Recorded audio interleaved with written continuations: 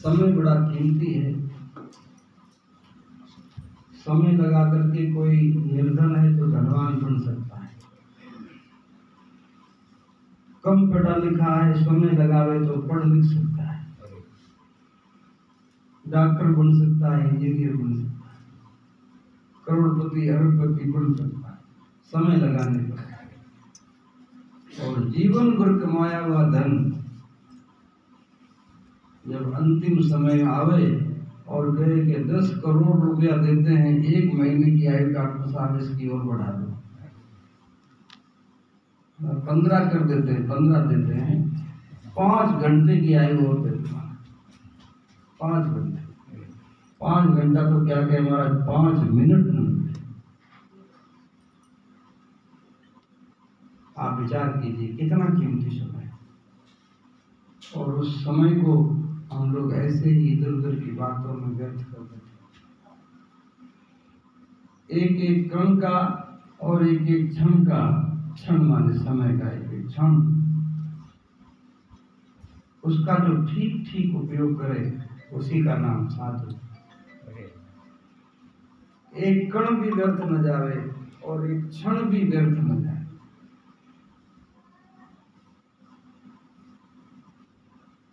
एक तो बात ये है, बहुत कीमती बात है, बहुत कीमती बात। जिस स्वरूप में परमात्मा के, जिस स्वरूप में आपकी रुचि हो, भगवान के जिस नाम में रुचि हो, नाम कोई छोटा बड़ा नहीं है कि ये ज्यादा ताकतवर है और ये थोड़ा कम ताकतवर है। सब भगवान के नाम बराबर है और उतनी शक्ति सामर्थ्य वाले हैं। तो जो नाम भगवान का अच्छा लगे उस नाम का निरंतर जप, चलते फिरते उठते बैठते। माताओं आपके लिए विशेष बात है, घर में काम काज करते रहो, झाड़ू पोछा बर्तन करते रहो, राम राम करते रहो। राम राम करके अगर झाड़ू पोछा करोगे ना तो घर मंदिर बन जाएगा। और भगवान नाम श्री राम जय राम जय जय राम, श्री राम जय राम जय जय राम करते करते रोटियां बनाओ, वो रोटी खाएगा वो प्रसाद बन जाएगा, उसकी बुद्धि शुद्ध हो जाएगा। और संसार का चिंतन करते करते भारी मारी करता करता रोटियां बनाओ तो वो खावे वाली बुद्धि खराब है। तो ये इनके लिए और आप लोगों के लिए बहुत कीमती बात है।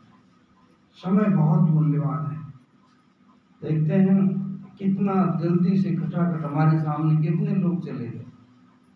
बूढ़े की क्या चले, जवान जवान लड़के, आज तो 22-22 साल के छोरों को अटैक आ रहा है और मर रहे हैं।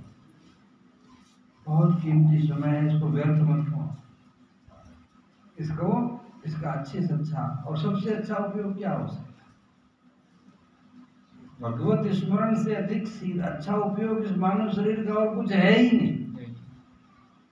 और कुछ हो जावे तो ठीक है, तो होए नहीं तो जाए मुंडी धरली में पड़े, कोई मतलब। ईश्वर भजन एक तो ये बहुत बढ़िया बात है।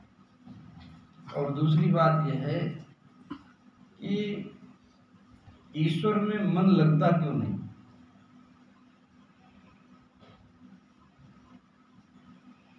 आज हम कहाँ गए थे? दिन में कौन आया था मिलने के लिए अपने को? कहीं गए थे हम, वहां गए थे, वहां धोनी पे करतरबाजी का दौरा, करतरबाजी की धोनी पे गए थे। वहां कुछ लोग आए थे, बहुत अच्छे पढ़े लिखे लोग।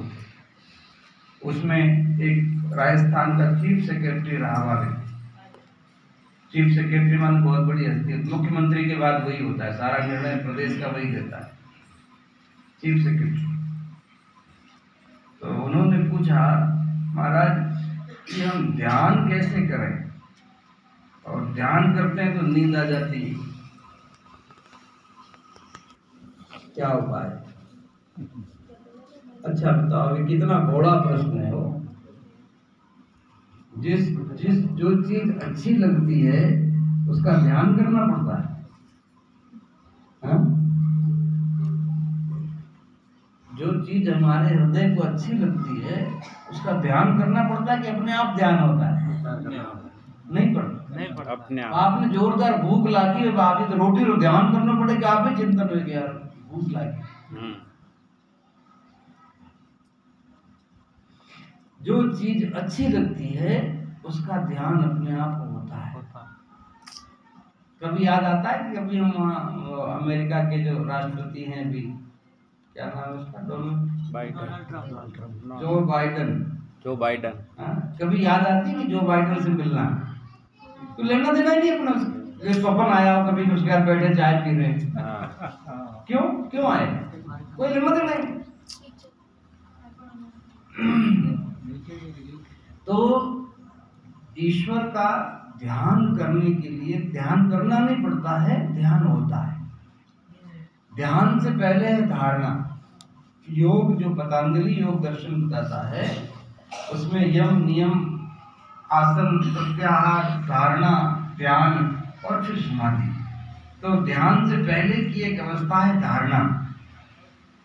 धारणा माने होता है चित्त किसी विषय को दृढ़ता से स्वीकार कर ले, धारण कर ले, धारण करना माने मान लेना, स्वीकार कर लेना। जैसे एक कोई स्त्री है और एक पुरुष है, दोनों का विवाह हो गया। तो विवाह हो गया और ढोल धमाका बजा, गीत उत गाए गए और पंडित जी आए और थोड़ा मंत्र बोला और फेरे करा दी और हो गया निश्चय। अब स्त्री का नाम गीता और पुरुष का नाम रामलाल। तो गीता को क्या सुबह शाम एक माला फेरनी पड़ती कि हमारे पति का नाम रामलाल है, हमारे पति का नाम रामलाल है, फेरनी पड़ती। और पुरुष ने एक माला फेरनी पड़े कि हमारे स्त्री नाम गीता, हमारे स्त्री नाम गीता। क्यों? स्वीकार कर अंतःकरण से ये बात दृढ़ता से स्वीकार कर ली कि रामलाल मेरा पति है, और रामलाल ने स्वीकार कर लिया कि गीता मेरे पति है। और इतना गहराई में वो विचार उतर जाता है कि मान लो भगवान ऐसा न करे और उस स्त्री का पति मर गया, रामलाल मर गया और मरे हुए 20 साल हो गए, उसकी हड्डी और राख भी पता नहीं कहाँ गई, और कोई कह दे गया रामलाल भी रुक गई, तो तुरंत मन कान खड़ा है कि मेरे पति का नाम है। पति को मरे 20 साल हो गए, लेकिन जो हृदय के अंदर जिसको स्वीकार कर लिया वो दृढ़ता से स्वीकार कर लिया गया, उसी का नाम धारणा हो गई।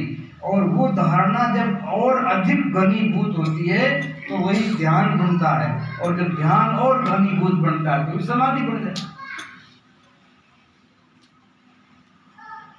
ऐसे ही इस बात को दृढ़ता से स्वीकार कर लो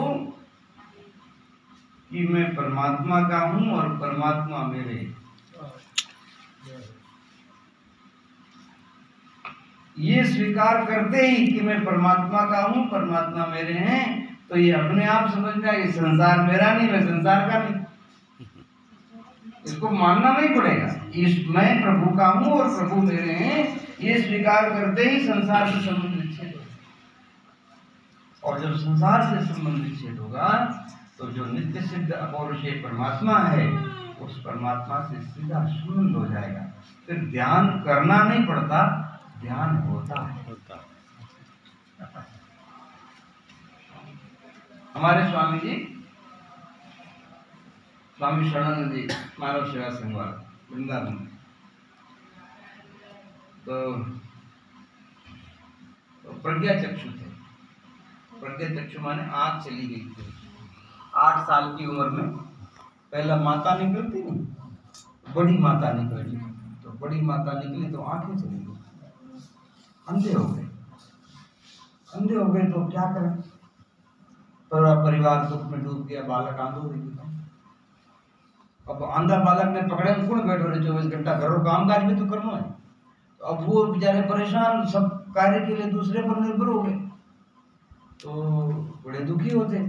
फिर उन्होंने सोचा कि ये लोग मेरी उपेक्षा क्यों, मेरी सेवा मेरे पास क्यों नहीं बैठते। तो बोले इसलिए नहीं बैठते कि अब मैं इनके काम का नहीं रहा। तो जब मैं इनके काम का नहीं रहा तो ये लोग मेरी उपेक्षा करते हैं, तो मैं इनके काम का नहीं तो ये भी मेरी किसी काम के नहीं। तो बोले क्या किया जाए, तो उस तरह से संसार से मन तो हट गया, अब ये भी मेरे किसी काम, संसार से वैराग्य हो गया। अब बोले सच्चा सुख कैसे मिले, सच्चा सुख कैसे मिले, तो बोले सच्चा सुख बोले साधुओं के पास होता है, साधु सुखी होते हैं। तो क्या करते, बोले साधु बन जाते। तो किसी महात्मा के पास गए और भेष ले लिया, पेट पे लिया, लेकिन सच्चा सुख तो मिला नहीं। कपड़ों में सुख थोड़ी है, तो बाजार में मिलते हैं सब, और नहीं मिलता है तो 10 रुपया रंग लाओ और कपड़ा चकाचक तुरंत बाबा। ना तो बोरबाड़ी में रंग मिले 10 रुपया रंग ले आओ तो थोड़ा बाबा तैयार नहीं बाबा तैयार। और अगर इससे सुख मिलता हो तो ये तैयार बन जाता है। तो साधु बनने से भी सुख तो नहीं मिला, तो नित्य सुख की प्राप्ति थी, वो सुख नहीं मिला। तो कैसे मिलेगा, तो बोले वेद पढ़ने से। वेद में परमात्मा का वर्णन है, और वेद पढ़ ले तो परमात्मा की प्राप्ति हो सकती है। तो वेद कैसे पढ़े, उस समय ब्रेल लिपि का आविष्कार तो हुआ नहीं था। तो अपने गुरुजी के पास गए, बोले महाराज वेद पढ़ना है। तो उन्होंने कहा कि बेटा वेद पढ़ने की तरीका तो तेरे पास और तो क्या है, आंखें तो है नहीं, तो अब ऐसा करो वेद पढ़ने का एक दूसरा तरीका और भी। वो क्या है, बोले महाराज उसकी जो पाठशाला है ना वो एकांत है और पाठ है मौन। एकांत की पाठशाला में मौन का पाठ करो, और जब एकांत की पाठशाला में मौन का पाठ पढ़ते पढ़ते बुद्धि ठहर जाएगी, तो उस ठहरी हुई बुद्धि में श्रुति अपने आप प्रकट होगी। जब बुद्धि ठहर जाती, स्थिर होती, बुद्धि की जगह, मन की जगह, इंद्रियों की जगह, और शरीर अपनी जगह, जब सब के सब स्थिर हो जाते हैं तो सब, और ऊपर उनका व्यापार नहीं, वो कोई काम नहीं करते, वो स्थिर हो गए। तो जब ऐसी अवस्था आती है उसको योग की भाषा में समत्व कहा गया है, समत्वम योग उच्यते। तो उस सम जब चित्त की अवस्था होती है तो उसमें श्रुति अपने आप प्रकट होती है, वेद प्रकट होता है। बस वेद पढ़ लो। तो फिर वो एकांत में चले गए, उधर जंगल के पेड़ों में बहुत दिन तक घूमते रहे, और कुछ नहीं किस तरह से कैसे उनका जीवन का निर्वाह हुआ कुछ पता नहीं। लेकिन जब वो समाज में बाहर आए तब उनकी वाणी से साक्षात वेद ही प्रकट, श्रुति ही प्रकट। इतना अद्भुत उनका वैराग्य और ज्ञान था। तो कहने का मैं तात्पर्य कह रहा था कि सच्चा सुख संतों को होता है, और संत भी जब सच्चे अर्थ में ईश्वर प्राप्ति के मार्ग पे चल पड़े तब तो मजा है, आनंद है। और केवल भेष बना करके लोगों को ठगना, घूमते फिरना इधर से उधर, मेरे को तो कोई बात समझ में आती नहीं। इसलिए इस मनुष्य शरीर का ईश्वर भजन के अलावा और कोई उपयोग है ही नहीं। कर्मस्य ह्यापवर्गस्य नान्यो अर्थाय अर्थो उपकल्पते। इस मनुष्य शरीर से धर्म, अर्थ, काम और मोक्ष 4 पुरुषार्थ गिनाए गए हैं। धर्म, अर्थ, काम और मोक्ष। तो धार्मिक रीति से धन कमाओ और उस कमाए हुए धन से उचित कामनाओं की पूर्ति करो। धर्म, अर्थ, काम, उचित कामनाओं की पूर्ति और अनुचित की निवृत्ति। उचित कामनाएं तो पूरी हो ही जाती हैं, और जो अनुचित है उसको छोड़ना पड़ता है, छोड़ दो, उसकी निवृत्ति कर दो। और फिर उसके बाद चौथा पुरुषार्थ है मोक्ष, मुमुक्षु भाव। मैं इस दुख में संसार से छूट जाऊं, महाराज कितना क्लेश है संसार में, जो हैं व्यवहारिक जीवन में। देखिए दूर से दिखता है कि ये संपन्न है, सुखी हैं, पैसे वाले हैं, लेकिन थोड़ा सा हमारा काम सबसे बड़ा है। एक बस स्टैंड के किनारे लारी पर मूंगफली बेचने वाला भी और धीरू भाई अंबानी से, दोनों से मैं मिला। बाहर से सुखी दिखते हैं लेकिन अंदर थोड़ा सा जाकर के बैठे, कहो माता जी कैसे, सब ठीक ठाक चल रहा है, आनंद है? अरे दाता कहीं क्या वहां अंदर दुख की ज्वाला जल रही, भट्टी जल रही। इसी तरह से कहीं सुखी नहीं है। एक नहीं कई दृष्टांत हमारे सामने। दूर से दिख रहा है कि बहुत सुखी है, और अंदर से जाओ देखो तो महाराज हे ना, उनकी रक्षा भगवान ही करे, उन्होंने करती आप घना हो रहा। तो इस दुख में संसार से छूटने का उपाय, इस दुख से छूट जाना। तो उस दुख से छूटने का उपाय और कुछ नहीं। कृष्णाय वासुदेवाय हरे परमात्मने प्रणत क्लेशनाशाय गोविंदाय। जो ईश्वर की शरण हो जाता है, प्रणत उनके प्रणत हो जाता है, ईश्वर के शरण हो जाता है, उसके सारे क्लेश अपने आप निवृत्त हो जाते हैं, छूट जाते हैं। अथवा कष्ट जीवन में होंगे भी तो उसको पीड़ा नहीं दे पाएंगे, उसका प्रभाव चित्त पर नहीं पड़ेगा। जीवन में आए प्रारब्ध तो है, कहाँ जाएगा, कर्मों का भोग तो जो है होगा ही, लेकिन जो ईश्वर की शरण हो जाता है उसके ऊपर इन द्वंद्वों का, दुखों का प्रभाव नहीं पड़ता।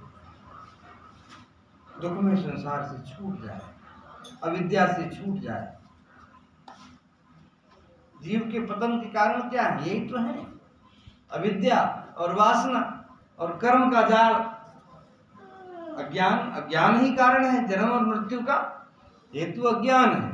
अगर अज्ञान मिट जाए तो जन्म मरण के बंधन से जीव मुक्त हो जाए, और जन्म मरण के बंधन से मुक्त हुआ तो फिर परमात्मा के धाम को प्राप्त हो। जब तक अज्ञान है तब तक जन्म मरण है। रहते ज्ञान न मुक्ति, वेद कहता, जब तक ज्ञान नहीं होगा तब तक मुक्ति नहीं होती। और ज्ञान होते ही शरीर, ज्ञान माने क्या, सिंगड़ा पूछड़ा थोड़ी निकलेगा ज्ञान होने के बाद। ज्ञान होना में किसी व्यक्ति को सम्यक बोध प्राप्त हो गया हो और एक अज्ञान, दोनों ज्यादा अंतर नहीं होता ना। उसकी आकृति, आपकी आकृति जैसे है ना, अभी मान लो, मैं नहीं कहता आप अज्ञानी हैं, आप अज्ञानी हैं, और ज्ञान होने के बाद भी ये शरीर तो ऐसा ही रहेगा ना। जैसे कोई लोहे की वो है, तलवार है, उसको सोने का स्पर्श करा तो उसका पारस का स्पर्श हो गया, तो पारस का स्पर्श होते ही वो सोना तो बढ़ गई, अब वह झटको करवाने काम में नहीं आ रहा, लेकिन आकृति प्रकृति तो वही है ना, वही। अब वो पूजा में रखी रहेगी, पर वो आकृति तलवार की है, तलवार ही। तो ज्ञान होने पर क्या होता है, स्थिति प्रज्ञ का भाषा। जो स्थिति प्रज्ञ है, ज्ञानी है, उसकी क्या पहचान है? बोले पश्यते ब्रह्ममय जगत, इस जगत को परमात्मा का स्वरूप देखता। सिया राम में सब जग जानी, करो प्रणाम जोरिजु। विद्या विनय संपन्ने ब्राह्मणे कवि हस्तिनी, सुनी चैव स्वपाके च पंडिता समदर्शिनी। जो विद्या और विनय से संपन्न है वो क्या उसके लक्षण हैं? बोले वो ब्राह्मण में, गाय में, कुत्ते में, चांडाल में, हाथी में समान आत्मा के दर्शन करता है। सब में मेरा परमात्मा रम रहा है। सब घट मेरो साइया, खाली घट नहीं कोई, पर बलिहारी वा घट की, जा घट पर घट है तो सब जगह, पर अप्रगट रूप से। माचिस में अग्नि है, पर आपने जेब में लेन भरा, आपने थोड़ी बात कहीं रख दो, जेब में रख लो, आग में दबा लो, जलाएगी नहीं, अग्नि है, लेकिन जब उसको ऐसे घर्षण करेंगे तो प्रकट होगा। ऐसे ही सत्संग का, स्वाध्याय का, सेवा का, सत्पुरुषों के संग का जब घर्षण लगता है, दूध घी में रमी रहा, दूध घीव दूध में रमी रहा, व्यापक सबही ठोर, पर दादू वक्ता बहुत है, मत काढ़े थे। और दूध में घी है, लेकिन वरनो दीवो करवा जाओ तो वे है मन में निकलता वहीं से, लेकिन सीधा दूध को जाकर के आप दीवा करने बैठो तो नहीं होगा। दूध ने पहला गर्म करना पड़े, ठंडो करना पड़े, आराम लगाना पड़े, मंथन करना पड़े, मंथन की देर बाद मक्खन निकले, पांचों गर्म करना पड़े, और गर्म करने कचरो कचरो अलग और घी निकले, पसे दीपक। ऐसे ही सत्संग, स्वाध्याय, सेवा, गुरु महाराज की सेवा, और इस तरह से निरंतर ये सब मंथन है, ये सारी प्रक्रिया है। और धीरे धीरे करते करते करते एक दिन ऐसा आता है कि जब उसको ठीक ठीक बोध हो जाता है, ठीक ठीक शरीर अलग है और शरीर के अंदर रहने वाला शरीर ही अलग। जैसे घर में रहने वाला घर थोड़ी होता है, आप घर में रह बैठा, हाँ तो मैं घर में बैठा हूं तो मैं घर थोड़ी, पेड़ को देखने वाला पेड़ थोड़ी है, पेड़ को देखने वाला पेड़ नहीं है, घर में रहने वाला घर नहीं है, घर से वो अलग है। ऐसे ही शरीर के अंदर रहने वाला शरीर ही अलग है और शरीर अलग। भाई ये हाथ पैर नाक मुंह ये सब मिला करके तो ये शरीर बना ना, ये शरीर बना, पर इसका नाम ज्ञानानंद है कि इसका नाम है कि इसका नाम है कि इसका नाम है, किसका नाम मिला हुआ सब पूरे। और ये भी इतना ही नहीं, इसके अंदर जो चेतन है ये सबका सब यहीं पड़ा रहेगा, लेकिन इसके अंदर से जो चेतन है वो निकल जाएगा। तो क्या बाजी धाम बधाई गया, ये तो सब ये का यही था। चित जल पावक गगन समीरा और पंच रचित ये अदम शरीरा और प्रकट स्वतंत्र आगे सोवा जीव नित्य कायल। जब बाली को मारा ना राम जी ने, तो तारा आकर के बाल बिखरे हुए और विलाप करती हुई कि तुमने मेरे पति को मार डाला, मेरे पति को मार डाला। तो बोले कौन से पति को मारा? तो बोले ये पड़ा नहीं। बोले ये तो देख तेरे सामने पड़ा, ये 5 तत्वों का पुतला तो ये पड़ा, और अगर 5 उसके लिए रोती है तो ये तेरे पड़ा सामने ये ले, और अगर आत्मा के लिए रोती है तो आत्मा तो शाश्वत है, अजर अमर अविनाशी है, वो तो न जन्मती न मरती, उसमें क्या। तारा विकल देख रघुराया, दीन ज्ञान हरि लीनी माया, ज्ञान प्रदान किया और उसके माया का हरण किया, उपजा ज्ञान चरण तब लागी। जैसे उसको बोध हुआ कि आत्मा अलग है और शरीर अलग है। हाँ, घर में रहने वाला घर नहीं, ऐसे शरीर में रहने वाला शरीर नहीं। शरीर और शरीरी का भेद है, क्षेत्र और क्षेत्रज्ञ का भेद है। आपनो खेत तो क्षेत्र, और उनमें गेहूं वावनो है कि मक्की वावनी कि मूंग वावनो है, इन्हें जानवा वालों क्षेत्र की। खेत और खेत का स्वामी, तो खेत और खेत का स्वामी अलग अलग, एक नहीं।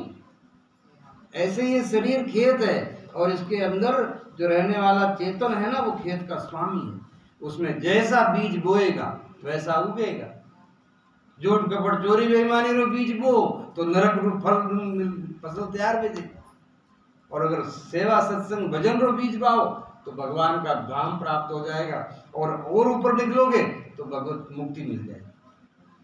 क्योंकि स्वर्ग लोक तक तो पुनरावर्तन चालू रहता है।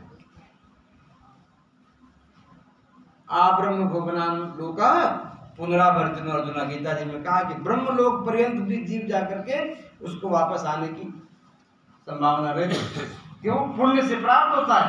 तो पुण्य जैसे जैसे भोगोगे तो भोगने से पुण्य का क्षय होता है। जैसे बैंक में रुपए जमा कर दिया और फिर वापस नहीं जमा कराया, निकालते रहो निकालते रहो निकालते रहो, तो एक दिन जब होगा तो मैनेजर कह देगा कि अब भाई तुम्हारे खाते में रुपया अब नहीं मिलेगा। ऐसे पुण्य से दिव्य लोगों की प्राप्ति होती है, और वहां दिव्य भोगों को भोग करके जैसे खत्म होता है फिर वहां से वापस नीचे गिर जाता है।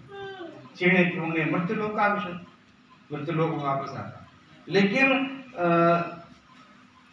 जो सकाम कर्म नहीं करता है, फल की इच्छा से कोई कर्म नहीं करता है, केवल कर्तव्य बुद्धि से और परमात्मा की प्रसन्नता के लिए करता है। निष्काम कर्मयोगी, निष्काम कर्मयोगी वो भगवत धाम को प्राप्त हो जाता है, भगवान के स्वरूप को प्राप्त हो जाता है। उससे फिर जैसे बूंद सागर में मिल गई, फिर वो वापस लौटकर